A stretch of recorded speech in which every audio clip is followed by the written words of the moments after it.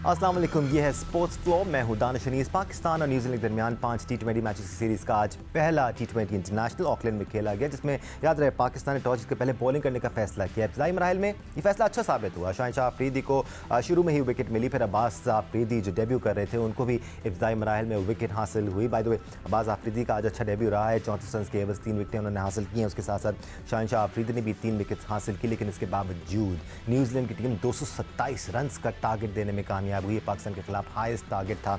सो इस record chase में पाकिस्तान की टीम को एक बार फिर आगाज़ अच्छा मिला था। साइम अयूब के साथ मोहम्मद रिजवान ओपन करने आए और साइम अयूब ने जौहराना अंदाज में पाकिस्तानी बैटिंग इनिंग्स का आगाज़ किया। 27 रन बनाए 8 गेंदों पर और अनफॉर्चुनेटली रन आउट हुए। फॉर्चुनेट भी रहे 11 गेंदों पर 11 रन पर उनका केन विलियमसन के हाथों कैच ड्रॉप हुआ था। उसके बाद उन्होंने और अग्रेशन का मुजाहरा किया, लेकिन फिर रन आउट होकर पवेलियन वापस लौटे। Mohammad Rizwan look good. आज स्पेशलिस्ट बैटर के तौर पर खेल रहे थे। एज अ फील्डर वो फील्ड में कैसे नजर आए इस पर भी आगे चल के हम बात करेंगे। अलबत्ता न्यूजीलैंड के लिए मिचेल ने 61, केन विलियमसन ने 57 और फिन एलन ने 34 रन बनाए। पाकिस्तान को इवेंचुअली 46 रन से न्यूजीलैंड के हाथों शिकस्त हुई और इस तरह न्यूजीलैंड को इस सीरीज़ में 1-0 की बढ़तरी हासिल हो गई है। एक्सपर्ट ओपिनियन के लिए आज हमारे साथ मौजूद हैं test cricketer Sikandar Bakht, test cricketer Abdul Razzaq ने हमें ज्वाइन किया हुआ है, senior sports journalist programme score के एंकर पर्सन सैयद याह्या हुसैनी हमारे साथ मौजूद हैं और senior sports journalist Abdul Majid Bhatti हमारे साथ मौजूद हैं। सिकंदर, आपसे डिस्कशन का आगाज़ करते हैं। अगेन प्रोज भी नज़र आए, कॉन्स भी नज़र आए। Typical day for Pakistan on the field. देखिए, मुझे साइम ने इम्प्रेस किया, मगर ये बैड लक हो गई उसकी। नया बच्चा है अब्बास अफरीदी, दो नए बच्चों ने काफ़ी अच्छी इंप्रेसिव बॉलिंग की। कप्तान ने पहले इतने इम्प्रेसिव नहीं रहे। नंबर 1 उन्होंने पहले वो एक ओवर के अंदर जो है दूसरे ओवर में उनके 24 रन बने। उन्होंने 2 छक्के 3 चौके खाए। फिर उसके बाद उन्होंने जो एक और बड़ी गलती की कि देखें उसामा बहुत ख़राब गेंद कर रहे हैं। जी he is bowling too short. इतना शॉर्ट गेंद आप नहीं कर सकते T20 के अंदर। वो और आमिर जमाल दोनों पिटे हैं। एक ने 56 रन दिए, एक ने 50। भाई आपके पास इफ्तिखार थे, आप कप्तान को किसी ने मना तो नहीं किया था। मुझे नहीं पता कि क्या उनको इंस्ट्रक्शंस भी नहीं है। तो मेरा तो ये है कि दो मैचेस 3 मैचेस उनको छोड़ दिया जाए, अपनी मर्जी से कप्तानी करें, बाद में उनको बताया। जैसे मैंने नोट डाउन कर लिया कि जी आप बॉलिंग की जो चेंजेस हैं वो प्रॉपर होने चाहिए। फिर कप्तान साहब ने एक और गलती की, जब बैटिंग की बारी आई उन्होंने आमिर जमाल टेस्ट मैच में भी उनको बॉलिंग नहीं दी गई थी। पता नहीं क्या वजह थी कि जब 130 रन थे तो उनको 90 रन के बाद उनको बुलाया गया, तो आज उनको बैटिंग में पीछे कर दिया, वो खुद ऊपर आ चले गए। ये गलत फहमियाँ प्लीज़ ख़त्म कर दें। पहले शादाब को ये गलत फहमी थी कि मैं हर मैच जिता दूंगा, आउटस्टैंडिंग। गलत फहमी के अलावा सिकंदर ये बात आइडेंटिफाई करने की ज़रूरत है कि एक लड़का प्रॉपर ऑलराउंडर है, वो ऑलराउंडर की हैसियत से खेल रहा है और उसका टाइम अच्छा आया हुआ है। बिल्कुल, और उसका टाइम लगा हुआ है। बस टीम को ज़रूरत भी है इस सिचुएशन में। आप अपने आप को पीछे करें, आप ऑलराउंडर पर भरोसा करें और उसको बोलें कि जी आपके पास ये रोल है, आप जाएं मैच ख़त्म करके आएँ। अब्दुल रज़ाक का हम रोल्स पे आते हैं। अब सिकंदर ने कहानी में थोड़ा सा ट्विस्ट ले ही आए हैं, छेड़ ही दी है बात, तो हम बात कर लेते हैं उसामा मीर और आमिर जमाल की। ये 2 वीक पॉइंट्स थे पाकिस्तान की बॉलिंग लाइनअप में आज। खासतौर पर उसामा मीर की अगर हम बात करें तो अभी तक वो कॉन्फिडेंस उनके अंदर नज़र नहीं आता, बड़े परेशान नज़र आते हैं, लाइन और लेंथ पे काबू नहीं रख पाते। कुछ शॉर्ट बॉल्स, कुछ down the leg balls, ball को लूप भी नहीं दे रहे हैं, फ्लैट बॉल कर रहे हैं। ऐसे तो नहीं चलेगा। देखिए दानिश, सीधी बात यह है कि जब आपके पास ऐसी टीम हो, और मैं समझता हूँ बेस्ट टीम पाकिस्तान के पास है T20 की, बस ये कि इनको कैसे यूटिलाइज करना है और इनको कैसे कॉन्फिडेंस देना है, इस चीज़ में थोड़ा सा हम लैग कर रहे हैं। और देखा जाए ज़मान जो है अगर वो खेलते हैं तो उनको एडजस्ट करना चाहिए। और देखें 2 विकेट के ऊपर खेल रहे हैं इस टीम में, आपके पास 10वें नंबर तक बैटिंग है और इनको अब कैसे यूटिलाइज करना है, अब सारी जिम्मेदारी कप्तान पे आती है, मैनेजमेंट पे आती है। इससे अच्छी टीम नहीं मैं समझता पाकिस्तान की T20 की हो सकती है। जितने भी प्लेयर हैं, कोई भी इनमें ये नहीं आप कैसे यंगस्टर है या नया है, ये सारे मैच्योर प्लेयर हैं, क्योंकि ये PSL खेल खेल के, डोमेस्टिक खेल खेल के ना बिल्कुल पॉलिश हुए हुए हैं और उनका कॉन्फिडेंस नजर भी आया है। तो नॉर्मली सिचुएशन में अगर आप नया प्लेयर कराते हैं तो वो अंडर प्रेशर नजर आता है, तो यहाँ पे तो वो चीज़ है ही नहीं है। अब आपने देखना कि आप कैसे अप्लाई करना है इन सबको। ये आपको 2 विकेट के ऊपर लेकर चलना है या आपने बॉलिंग आपने एक बॉलर और बढ़ाना है, क्योंकि यहाँ पे ये होता है कि एक बॉलर को मार पड़ती है। जैसे आमिर जमाल ने बॉलिंग की है, अगर एक ऑप्शन होती हमारे पास जमान की तो हमारे पास ये स्कोर 180 190 तक हो सकता था। तो अब ये कि अब मैनेजमेंट पे, कप्तान पे डिपेंड करता है कि वो कैसे यूटिलाइज किया जाए। ये टफ कॉल है। भट्टी साहब, मैं आपकी तरफ भी आऊँगा टीम कॉम्बिनेशन को लेके। ये टफ कॉल है कि पाकिस्तान एक ऑलराउंडर को सैक्रिफाइस करके एक बॉलर को शामिल करता है, क्योंकि आज अब्बास आफरीदी ने अपने आप को मनवाया है। आप उनको अब आगे मज़ीद मौका देंगे क्योंकि उन्होंने आज परफॉर्म किया है? कोई शक नहीं है दानिश इसमें। और अब्बास आफरीदी ने इंटेलिजेंट बॉलिंग अगर मैं ये कहूँ की तो शायद फंसा के की। गलत नहीं होगा।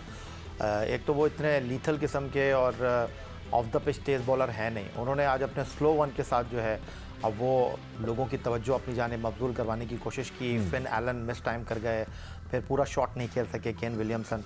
लेकिन जिस तरह रज़ाक कह रहे हैं कि इससे बेहतर टीम हो नहीं सकती, कोई शक नहीं है इसमें। लेकिन आपको अगर एक चीज़ को रियलाइज़ करना पड़े कि क्यों आप बार बार शादाब खान घूम कर इस टीम में शामिल हो जाते हैं, तो क्यों मोहम्मद नवाज़ टीम में वापस आ जाते हैं, उसकी बुनियादी वजह जिनको मौका मिलता है वो डिलीवर कर नहीं पाते। और आई थिंक कि फ़र्स्ट चॉइस नहीं थे उसामा मीर पाकिस्तान टीम की अगर आज इस मैच के लिए आपके स्क्वाड में अबरार अवेलेबल होते।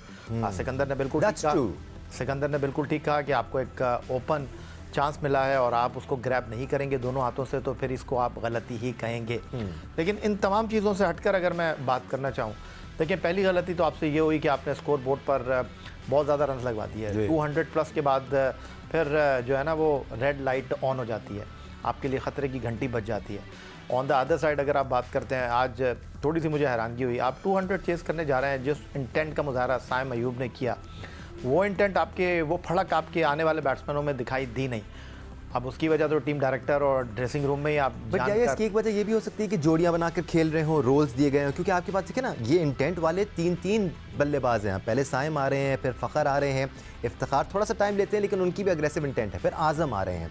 तो इनके साथ अगर बाबर और रिजवान थोड़ा सा टाइम लेकर क्रीज पर रुकते भी हैं, that sort of make sense. But इसके बारे में आगे चल के ज़रूर बात करेंगे कि एक बैलेंस किस तरह आना चाहिए।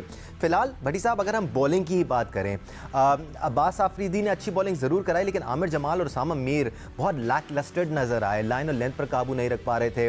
अब्बास आफरीदी ने भी कुछ ज़्यादा, जैसे ये कह रहे थे, बहुत तेज़ बॉलर नहीं है वो, लेकिन डिसिप्लिन दिखाया। यही डिसिप्लिन हमें आमिर जमाल और उसामा मीर में नज़र नहीं आया बिल्कुल। देखिए, अब्बास आफरीदी पीएसएल के बेस्ट बॉलर थे जी। लेकिन एक साल बाद जाकर अब अब्बास आफरीदी को हमने चांस दिया, लेकिन उन्होंने बॉलिंग में जो वेरिएशन दिखाई उसकी वजह से आप देखें कि उनको विकेटें मिली और उन्होंने इम्प्रेस किया।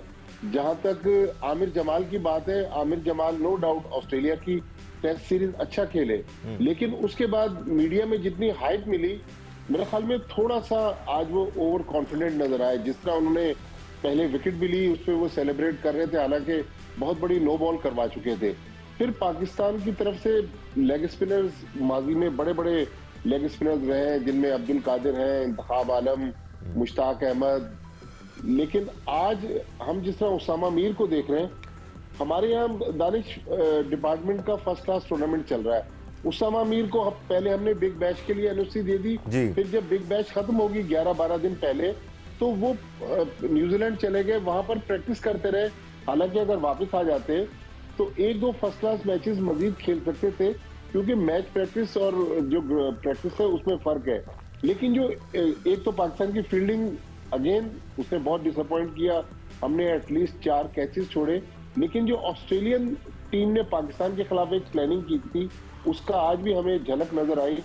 शॉर्ट पिच गेंदों पर पाकिस्तान।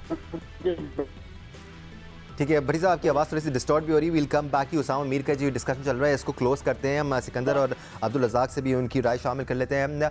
सिकंदर, कुछ प्लेयर्स ऐसे हैं जो इंटरनेशनल क्रिकेट के लिए कटआउट ही नहीं होते, उनके अंदर वो कॉन्फिडेंस नहीं होता। अभी बिग बैश की बात कर रहे थे भट्टी साहब, बिग बैश में बेहतर नज़र आ रहे थे उसामा, लेकिन इंटरनेशनल लेवल पर आकर बहुत परेशान नज़र आते हैं।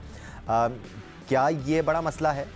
देखो, आप तुम्हारी बात तो बिल्कुल दुरुस्त है। मैंने वर्ल्ड कप में भी देखा, वो थोड़ा शॉर्ट ऑफ लेंथ घबराया हुआ है। हाँ, मतलब कॉन्फिडेंस नहीं है अपने आप पर कि लूप दे दे। लेग स्पिनर होता है ना, वो लाके लूप से गेंद करता है और गेंद यहाँ पे मतलब लूप से गिरती है ताकि बैट्समैन या तो निकल के मारे या वहाँ से ब्रेक हो।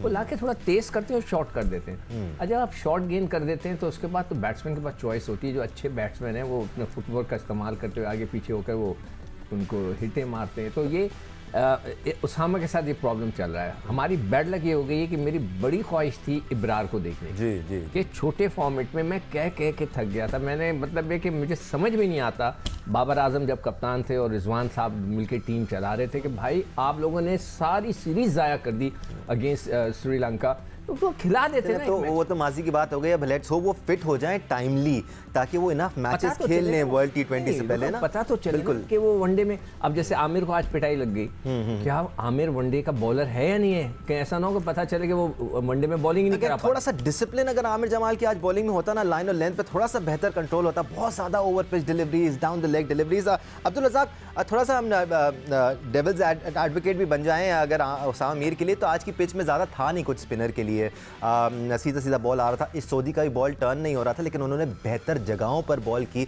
जब भी रिलेटिवली बेहतर स्टैट्स थे उनके उसामा मीर से कंपैरिजन में।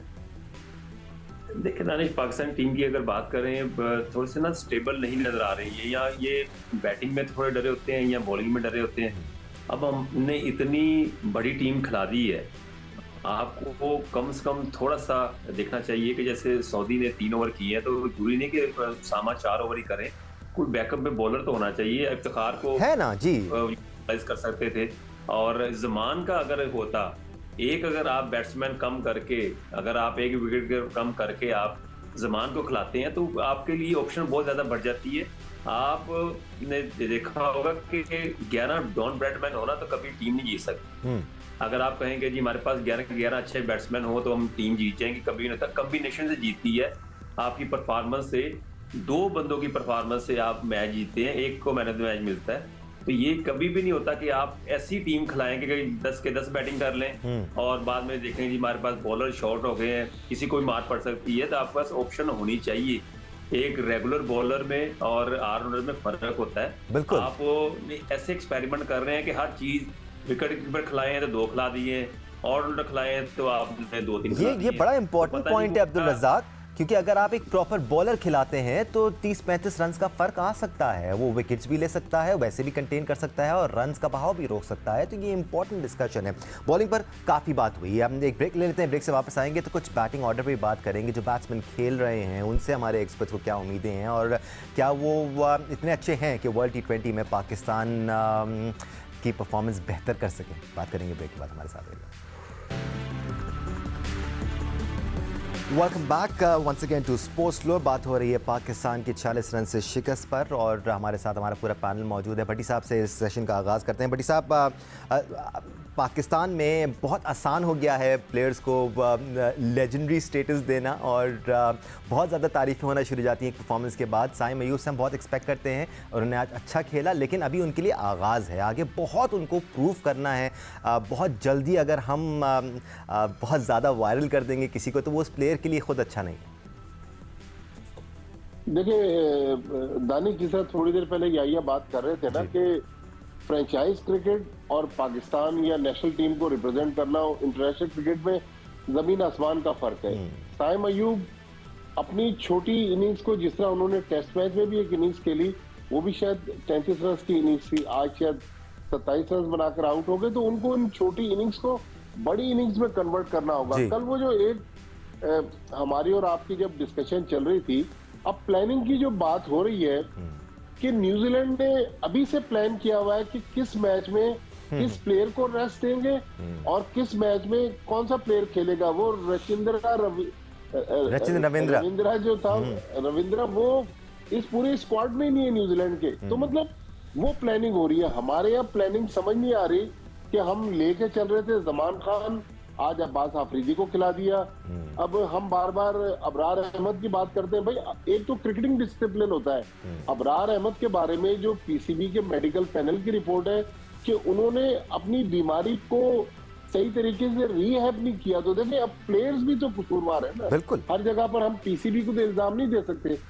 इतनी बात अबरार की वर्ल्ड कप में होती रही कि अबरार को खिलाया जाए। लोग कह रहे थे ऑस्ट्रेलिया में वो डिफरेंस डालेंगे, लेकिन अबरार ने अपनी बीमारी को खुद ही खराब कर दिया। तो मेरे ख्याल में हमारे पास प्लानिंग का फुकदान है। थोड़ा सा हम बेहतर प्लानिंग कर ले। हमारे पास लड़के अच्छे हैं, लेकिन जिस तरह अब हमने बैटिंग लाइनअप खिलाई है तो 10 नंबर तक बैट्समैन खिला दिए। अगर हम हारना होता है तो हम 11 बैट्समैन खिलाएंगे तब भी हार जाएंगे। जीतना होता है तो 5वें नंबर का बैट्समैन मैच फिनिश करके आ जाएगा मेरा ख्याल। जब तक अब ये बाबर आजम, उसकी क्लास से किसी को कोई शक नहीं है, वर्ल्ड क्लास प्लेयर है, लेकिन आज जितनी बाबर आजम ने गेंदें खेली हैं, अगर ये गेंदें आप किसी और बैट्समैन को दे देते तो मेरे ख्याल में 100 तो कर जाता। तो बार-बार अगर वो बाबर खेलता, आजम को बटी साहब ये भी इम्पोर्टेंट है कि 35 गेंदों पर 57 रन बनाए हैं। एक प्लेयर तो कोई ऐसा होगा जो 200 के स्ट्राइक रेट से नहीं खेलेगा। उसके इर्द गिर्द जो प्लेयर्स मौजूद हैं या उनका काम ही न्यूजीलैंड का एक प्लेयर 400 के स्ट्राइक, न्यूजीलैंड का एक प्लेयर शायद डैरेल मिचेल था, 400 के स्ट्राइक रेट से खेल रहा था। बिल्कुल बिल्कुल, हमारे साइम अयूब भी खेले मल्टीपल्स की स्ट्राइक रेट से। तो अगेन रोल्स देने पड़ेंगे या यही वो बैलेंस है जिसकी तलाश हम कर रहे हैं कि बाबर और रिजवान के इर्द गिर्द कैसे इस बैटिंग लाइनअप को तैयार किया जाए कि एक बैलेंस नजर आए। और यही बात भट्टी साहब भी कर रहे हैं, बात वैलिड है।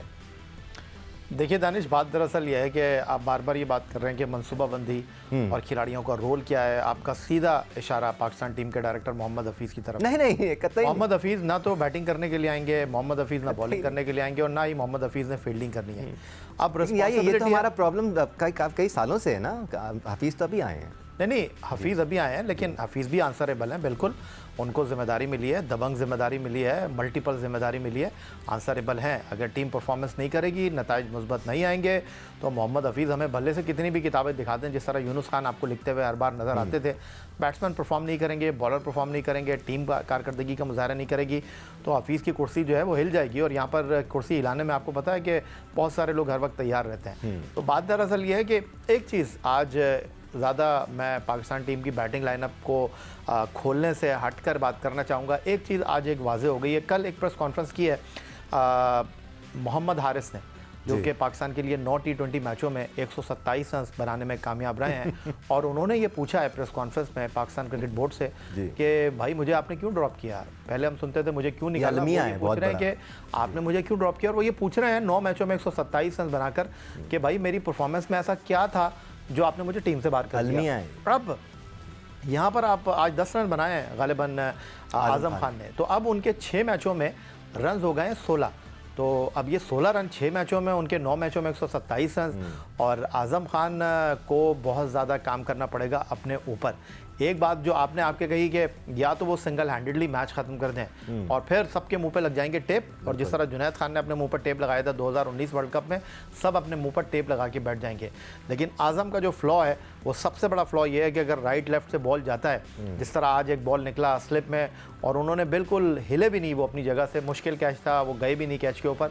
जो सबसे बड़ा प्रॉब्लम है पाकिस्तान टीम का, वो ये दिखाई दे रहा है कि अगर आजम खान बैटिंग करने के लिए आएंगे, हर बार आपका शॉट नहीं लगेगा, तो वो क्लोज सिंगल भी नहीं ले सकते और वो 2 की कॉल भी नहीं दे सकते। दूसरा बैट्समैन जो है वो तो आ जाएगा प्रॉब्लम में। ठीक है, कुछ बैटिंग ऑर्डर पर जी अगले मैच में आपको ये डिसाइड कर लेना है बिल्कुल क्विकली, और कोई पाकिस्तान का आपको इंतजार नहीं करना चाहिए। अप्रैल 2024 होम सीरीज अगेंस्ट न्यूजीलैंड, आजम को आपने रखना है या नहीं रखना। बिल्कुल, बैटिंग ऑर्डर पर भी बात करनी ज़रूरी है। सिकंदर, मैं आपसे आखिर में राय लूँगा। अब्दुल रज़ाक का इस वक्त फ़खर ज़मान 4थे नंबर पर आ रहे हैं, 13 की एवरेज है उनकी 4थे नंबर पर।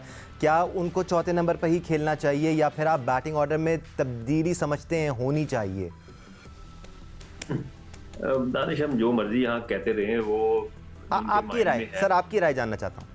नहीं, मेरी राय तो ये है कि फ़खर को डेफिनेटली ओपन पे जाना चाहिए। ठीक है। और रिजवान को उन्होंने वाइस कप्तान बनाया हुआ है। अब बेसिकली आजम को आपने खिलाना है तो फिर रिजवान को ड्रॉप करना चाहिए।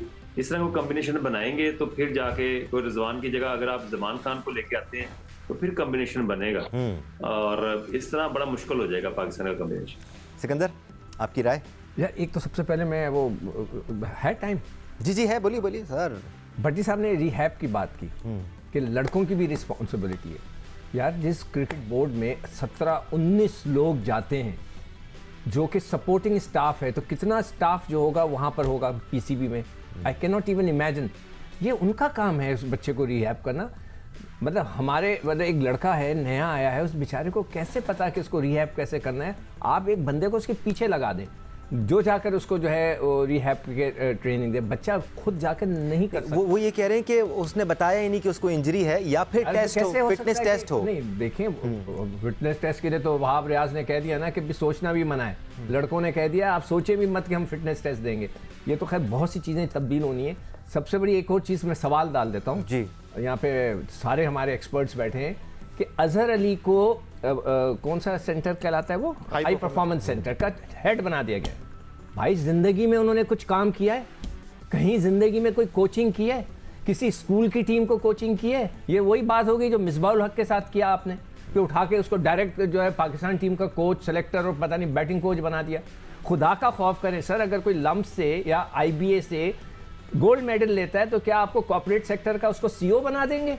यार आप लोग सब पढ़े लिखे लोग हो, खुदा का खौफ करो, ऐसा बंदा लेके आओ कि जिसने कुछ काम किया हुआ। नहीं, और एक तरीकेकार भी हो सकता है सिकंदर। नहीं गलत है। नहीं, मैं कह रहा हूँ एक तरीकेकार हो सकता है, पहले उसको ट्रेन करें। ये जो सारे फॉल्ट्स हैं इसीलिए हैं कि हफीज ने जिंदगी में कोई कोचिंग नहीं किया। आप किसी को कोच बनाना चाहते हैं, डायरेक्टर बनाना चाहते हैं, पहले छोटी टीमें दें उन्हें आप। नहीं, और उसके साथ उनको कोर्सेज कराए जा सकते कोर्स हैं, कराएं, ट्रेन किया कितने जा सकता कराएं? है। 1-1.5 साल 2 साल लग जाएंगे अभी तो ज्यादा वो से छोड़ ज्यादा। के आया, रिटायर हुआ, आपने उठा के उसको हाई परफॉर्मेंस सेंटर का क्या किया उसने जिंदगी में? राइट, सिकंदर बख्त बहुत शुक्रिया, अब्दुल रज़्ज़ाक, अब्दुल माजिद भट्टी, सैयद याह्या हुसैनी, आप सबका शुक्रिया हमें प्रोग्राम में ज्वाइन करने के लिए।